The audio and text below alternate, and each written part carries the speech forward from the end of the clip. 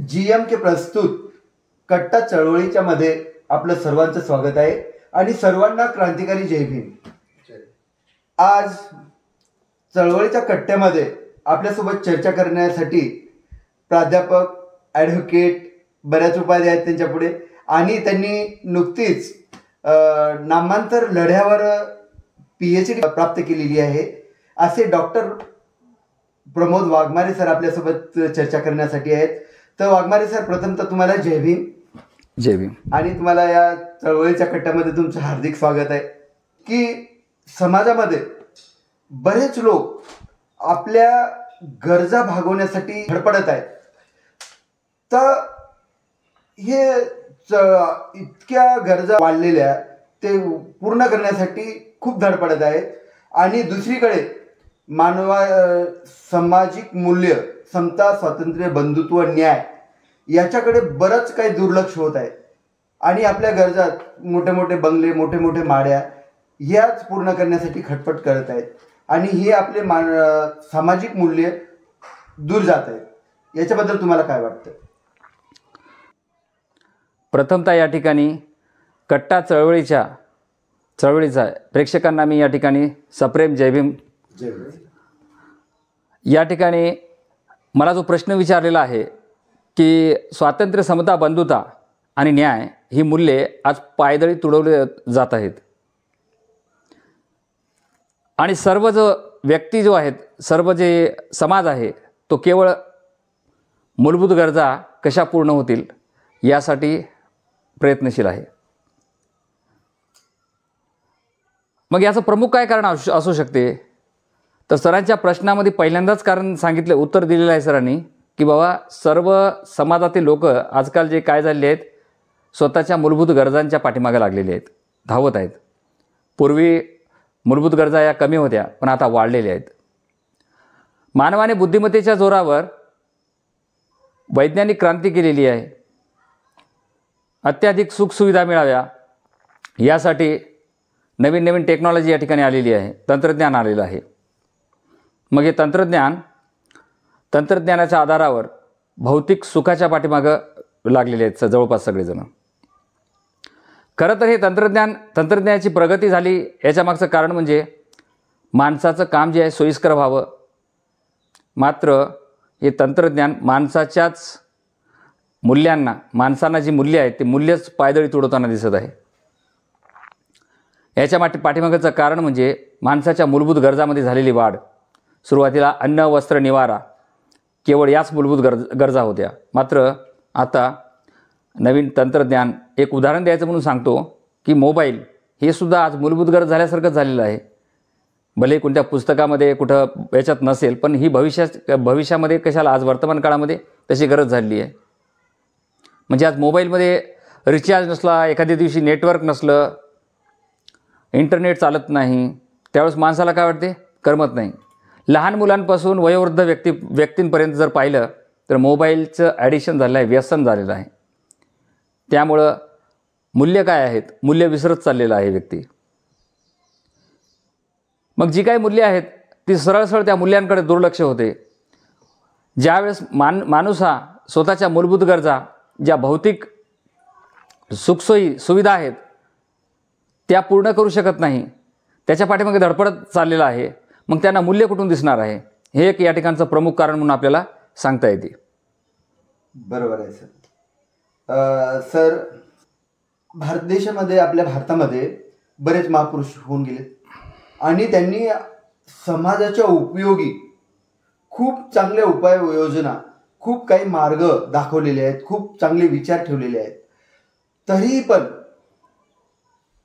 त्या चांगल्या विचाराचा आपल्या भारत देशामधले किंवा आपल्या समाजामधले लोक उपयोग घेत नाहीत किंवा त्या विचाराचा विचारही करत नाहीत। हे का बरं होत आहे? हे का शोकांतिक आहे बरं? या प्रश्नाचं उत्तर समजून घेण्यासाठी सर्वात अगोदर आपल्याला भारतातील जी व्यवस्था आहे, समाज व्यवस्था कशी होती हे लक्षात घेणं गरजेचं आहे। तर सरांना मी सांगू इच्छितो या ठिकाणी की भारतामध्ये जगाचा जर विचार केला तर भारतामध्ये सगळ्यात जास्त धर्म आणि सगळ्यात जास्त जाती आहेत। माणूस विभागला गेलेला आहे, जाती धर्मामध्ये विभागला गेलेला आहे। मग हे जे काही महापुरुष होऊन गेलेले आहेत, या महापुरुषांनी, महापुरुषांची कुठली जात नसते, कुठला धर्म नसते, पण सर्वसामान्य माणसं हे त्या महापुरुषाचा जात आणि धर्म शोधण्याचा प्रयत्न करतात. म्हणजे काय, कुठलाही महापुरुष होऊन गेला तर तो आपल्या एका विशिष्ट चौकटीमध्ये बांधण्याचा, जातीपुरत्या चौकटीमध्ये बांधण्याचा प्रयत्न करतात. त्या महापुरुषाचे विचार बाजूला, पण महापुरुष कोणत्या जातीचा आहे, कोणत्या धर्माचा आहे हेच पाहिलं जाते जास्तीत जास्त प्रमाणात. अशी परिस्थिती आहे. आणि याच्यामध्ये सांगायचं म्हणलं तर महापुरुष जे होऊन गेलेले असतात ते भलेही कोणत्या जातीचे धर्माचे असतील तरी त्या महापुरुषांनी ते जात आणि धर्म हे नाकारलेलं आहे. त्यांनी स्वतः जात पाहिलेली नाही, धर्म पाहिलेला नाही, आणि समाजाला समतेसाठी त्यांनी प्रयत्न केलेला आहे. जाती व्यवस्था संपुष्टात याव्या यासाठी प्रयत्न केलेले आहेत. समाजातील अनिष्ट प्रथा आणि परंपरा आहेत त्याच्यावर घाव घातलेला आहे आणि त्या संपुष्टात आणण्याचा प्रयत्न केलेला आहे. आणि त्यांनाही त्यावेळी, त्या प्रसंगी त्यांनाही अशा काही समस्यांना सामोरे जावे लागले की त्यांनाही, विशेषतः महात्मा फुलेचं जर उदाहरण घेतलं तर स्त्री शिक्षणासाठी त्यांनी पुढाकार घेतलेला आहे, मुलींच्या शिक्षणासाठी पुढाकार घेतलेला आहे. मग त्यावेळेची अवस्था जर पाहिली तर त्या ठिकाणी कर्मठ लोकांनी त्यांना स्त्री शिक्षणाला, मुलींच्या शिक्षणासाठी विरोध केलेला आहे. आणि त्यांची जे जाच महात्मा फुले आणि सावित्रीबाई यांना सहन करावे लागलेले आहेत हे आपल्याला माहीत आहे. म्हणून आपल्याला सर्वात अगोदर हे लक्षात घ्यावं लागेल की कुठलाही महापुरुष असेल, त्या महापुरुषाच्या जयंत्या साजऱ्या करण्यासाठी मोठ्या संख्येनं रस्त्यावर उतरणारा समूह दिसेल, मात्र महापुरुषाचे विचार डोक्यामध्ये घेणारा समूह दिसणार नाही. कारण काय, जयंत्या साजऱ्या करणं म्हणजे महापुरुषाचे फोटो लावणं, बॅनर लावणं आणि त्याच्या खालोखाल आपले फोटो लावणं आणि आपली स्वतःची पब्लिसिटी करून घेणं, प्रसिद्धी मिळवून घेणं. आणि राजकारणी लोक देखील हेच करतात.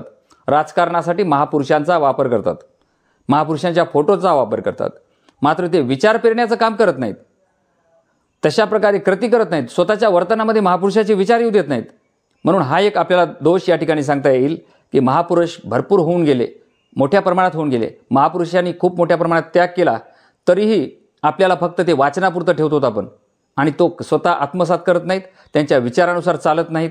हे आपल्याला या ठिकाणी भलेही शिक्षणाच्या माध्यमातून महापुरुष शिकवले जातात, ते फक्त जयंतीपुरते मर्यादित झाले आहेत. म्हणून या ठिकाणी आपल्याला आवर्जून सांगता येते की महापुरुषांचे विचार समाजात पाहिजे त्या प्रमाणात रुजलेले नाहीत, म्हणून त्याचे फायदे होत नाहीत. ठीक आहे सर. आपल्याला सर, आपल्या समाजामध्ये ना उच्च सुशिक्षित किंवा खूप शिकलेल्याचं प्रमाण खूप वाढलेलं आहे, तरी तेवढ्या जास्त प्रमाणात अंधश्रद्धा पण वाढत आहे. तर एवढं शिकलेल्याचं प्रमाण असून हे अंधश्रद्धेचं वाढतं प्रमाणाचं कारण काय बरं? काय अंधश्रद्धा वाढण्याचं कारण मला हे सांगता येईल, जो उच्च शिक्षित वर्ग आहे, मोठ्या मोठ्या डिग्र्या घेतात, डॉक्टर होतात, इंजिनियर होतात, मोठ्या मोठ्या डिग्र्या घेतात, मोठे मोठे अधिकारी होतात, तरी त्यांच्यामध्ये अंधश्रद्धेचं प्रमाण वाढत का चाललेलं आहे, हा एक प्रश्न आहे. याचं कारण काय म्हणता येईल, त्यांच्या मनामध्ये जे काही शिक्षण मिळालेलं आहे ते त्या चौकटीच्या बाहेर गेलेले नाहीत.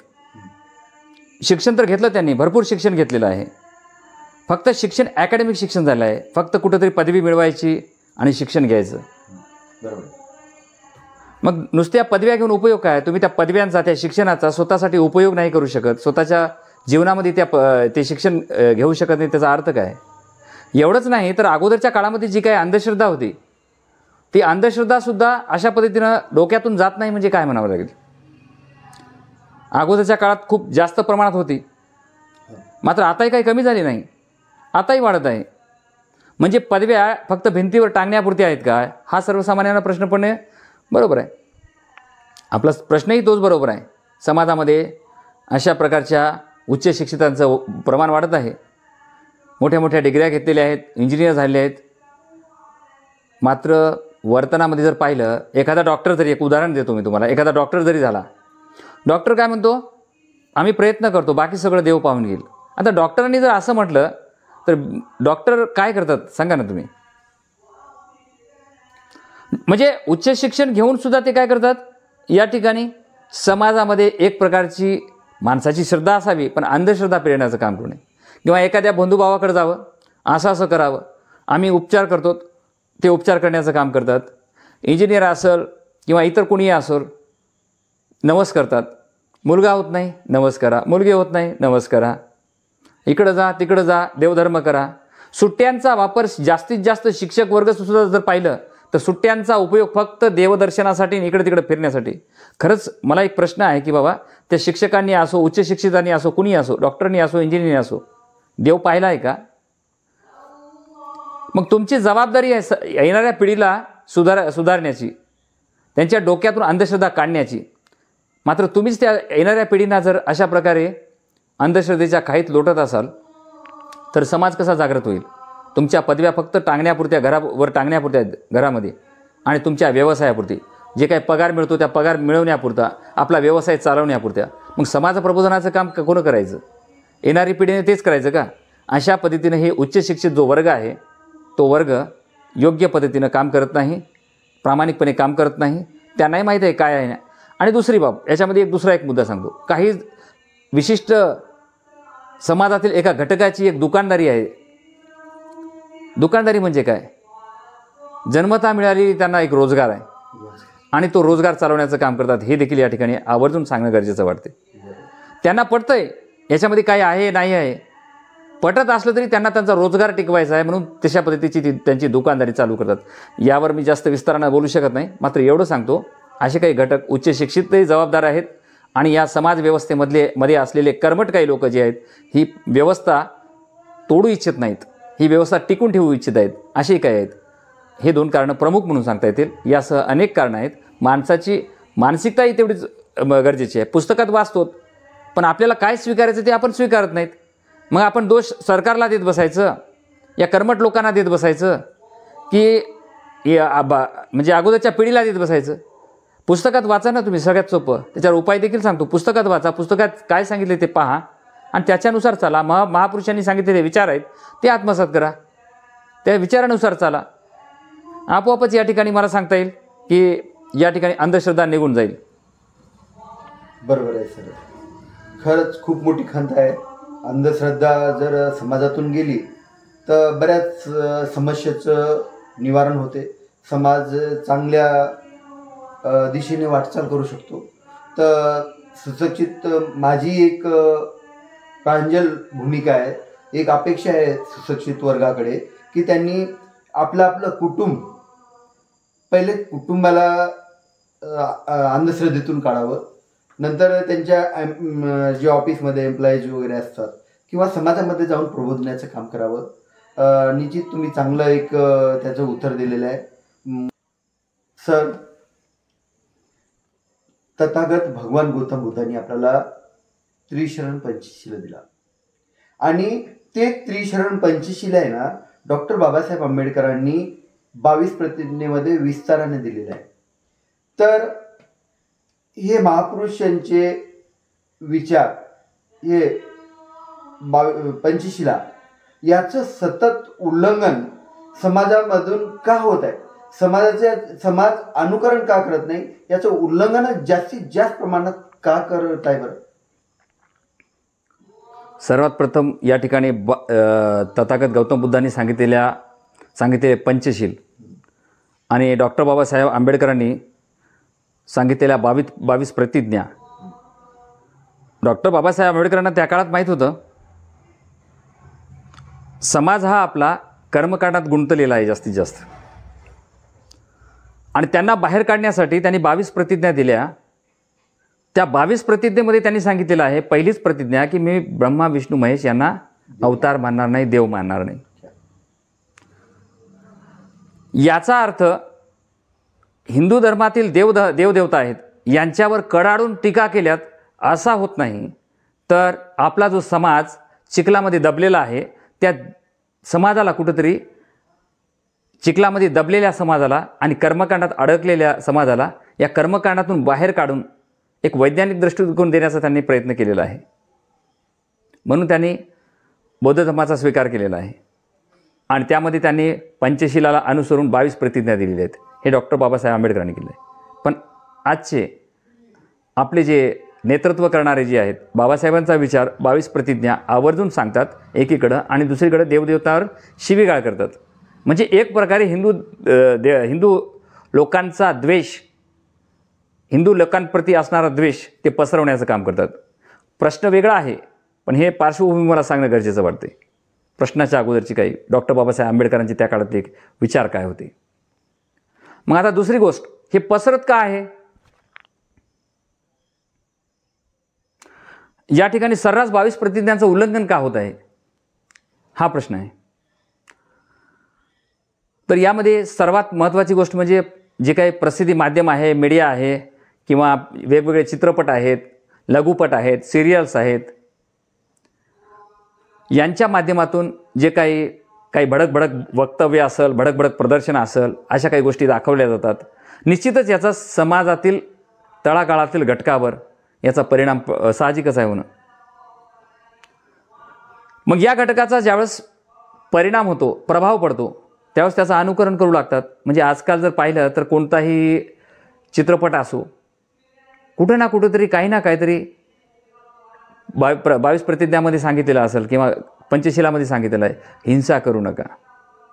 सर्रास हिंसा केली जाते. हिंसाचाराशिवाय चित्रपट चालत नाही. बरोबर आहे का नाही?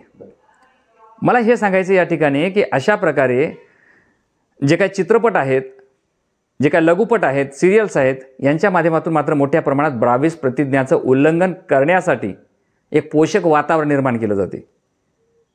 आणि त्याचे बालमनावर पडणं साहजिकच आहे. लहान मुलं चित्रपट पाहतात, सर्वच पाहतात चित्रपट. लहान मुलांपासून सर्वजण चित्रपट पाहतात. मग चित्रपटामध्ये असणाऱ्या हाणामाऱ्या त्यांच्यावर प्रभाव पडणारच. मग हे एक प्रमुख आपल्याला या ठिकाणी कारण म्हणून सांगता येते. बरोबर आहे. बघा, पंचशिलेमध्ये मी खोटं बोलणार नाही, मी दारू पिणार नाही, मी हिंसा करणार नाही, मी चोरी करणार नाही. याच्या उलट खोटं बोलणं, दारू पिणं, व्यभिचार करणं हे मोठ्या प्रमाणात याचंच उलट, म्हणजे लोकांनी पंचशिला पाळूच नाही, याचं उलट हे पिक्चरमध्ये जशी पिक्चर निर्मिती झाली ना तेव्हापासून पाहायला मिळते सर. तर तुम्ही योग्य उत्तर दिलेलं आहे. आणि खरंच लोकांनी डॉक्टर बाबासाहेबांना अनुकरण करण्यापेक्षा शाहरुख खानला जास्तीत जास्त अनुकरण करतात. कारण 3-3 तास वेळ काढून त्या थिएटरमध्ये पाहायला जातात. तर खूप मोठी शोकांतिका आहे. तर तरुणांनी प्रमोद सरांनी म्हणल्याप्रमाणे पिक्चर करमणुकीसाठी बघावं, त्यांचं अनुकरण करू नये, महापुरुषाचं अनुकरण करावं आणि आपला समाज चांगल्या दिशेने, आपलं कुटुंब, आपला समाज चांगल्या दिशेने वाटचाल करण्याचा एक प्रयास करावा असं मला वाटते. सर, तुम्ही नामांतर लढ्यावर PhD केलात आणि हे जे तुमचं शिक्षण आहे हे एक चळवळीला धरून आहे. तर याचा तुम्ही सखोल अभ्यास केलेला आहे. तर हे अभ्यास तुम्ही चळवळीसाठी कधी उपयोगी आणणार आहात? आणि मला या गोष्टीची खूप अपेक्षा आहे आणि मी या गोष्टीची खूप वाट पाहत आहोत. तर हे कधी पूर्ण होईल सर, आमची इच्छा?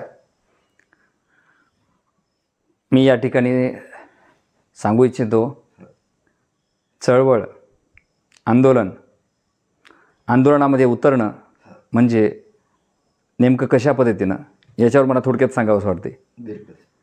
कुणी ग्राउंड लेवलवर काम करते, मैदानात उतरते, रस्त्यावर उतरणारे काही आंदोलक असतात. रस्त्यावर उतरणाऱ्या आंदोलकाचं मस्तक, जे डोकं आहे, रस्त्यावर उतरण्यासाठी प्रवृत्त करणारा वर्ग कुणी असेल तर त्याला कुणी मार्गदर्शक असतो. मग प्राध्यापक असेल, शिक्षक असेल, म्हणजे त्यांचं डोकं भरलं म्हणजे ते रस्त्यावर उतरतात. संवैधानिक मार्गाने असो, या ठिकाणी चांगल्या वाईट गोष्टी सांगितल्या. आता जाळपोळ करणारा जो आहे, संविधानाचं उल्लंघन करणारा, कायद्याचं उल्लंघन करणारा असतो. मग त्याचं मस्तक वेगळ्या पद्धतीनं भरवलं जातं. मग त्याच्यात राजकारण येईल. पण सनदशीर मार्गानं जाण्यासाठी जो कोणी सांगत असेल मार्ग, तर तो शिक्षक असेल, प्राध्यापक असेल, अजून कोणी मार्गदर्शक असेल, कोणी अभ्यासक असेल, हे चांगल्या पद्धतीनं सांगतात. आपला प्रश्न आहे की मी या चळवळीमध्ये उतरलं पाहिजे, आलं पाहिजे. पण मी आपल्याला सांगू इच्छितो, आतापासूनच नाही तर मी पूर्वीपासून चळवळीमध्ये आहे. फरक एवढाच आहे की माझं बॅनरवर कुठं फोटो दिसणार नाही तुम्हाला. बरोबर आहे का नाही? बॅनर असे मोठे मोठे लागतात किंवा म्हणजे बॅनर लागले, बॅनरबाजी झाली म्हणजे चळवळीत उतरला, असा एक समाजाचा अर्थ आहे. त्याच्यामुळे मला एक प्रश्न विचारायचा वाटतो की चळवळ म्हणजे काय नेमकं? चळवळीत उतरणं म्हणजे काय? मी भलेही तुम्हाला समोर दिसत नसेल,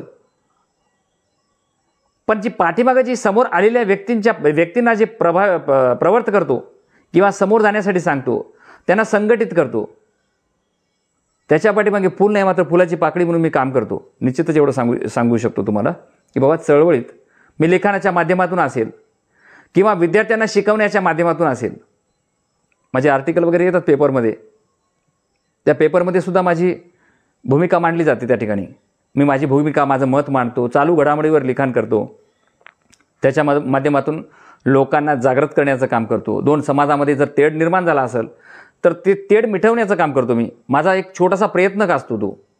आणि विद्यार्थ्यांना ज्यावेळेस शिकवतो, वेगवेगळ्या जाती धर्माचे विद्यार्थी माझ्यासमोर असतात, त्या विद्यार्थ्यांना देखील मी काय करतो, त्या ठिकाणी त्यांच्या डोक्यामध्ये रास्त मार्ग कोणता, योग्य काय आहे, अयोग्य काय आहे, आणि त्यांना हक्काची जाणीव करून देतो. त्यांचे हक्क कोणते आहेत, अन्याय कशा प्रकारे होतो, त्याचा मुकाबला कशा पद्धतीने करायचा, या सगळ्या सर्व गोष्टी मी अकॅडमिक शिक्षण त्यांना देता मी त्यांना इतरसुद्धा ज्ञान देतो. अशा प्रकारे मी चळवळीमध्ये सक्रिय सहभागी आहे, हे मी आपल्याला सांगू इच्छितो.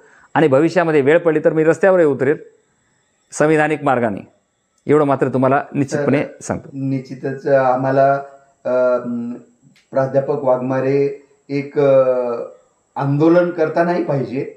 आम्हाला आमच्या दुसऱ्या प्रश्नाचं जी आम्ही प्रश्न केला होता की उच्च शिक्षित म्हणजे खूप शिकलेले समाजात लोक असूनही लोक अंधश्रद्धेत आहेत, तर आम्हाला त्याचा उपयोग तुमच्यासाठी पाहिजे की तुम्ही तुमच्या अभ्यास हे सर्वसामान्यात गोरगरिबात जाऊन छोट्या छोट्या लोकांना जागृत करण्यासाठी तुमचा आम्हाला अभ्यास लागतो. याच्यासाठी मी तुम्हाला प्रश्न विचारला. निश्चितच बिलकुल सर, निश्चित. बिलकुल.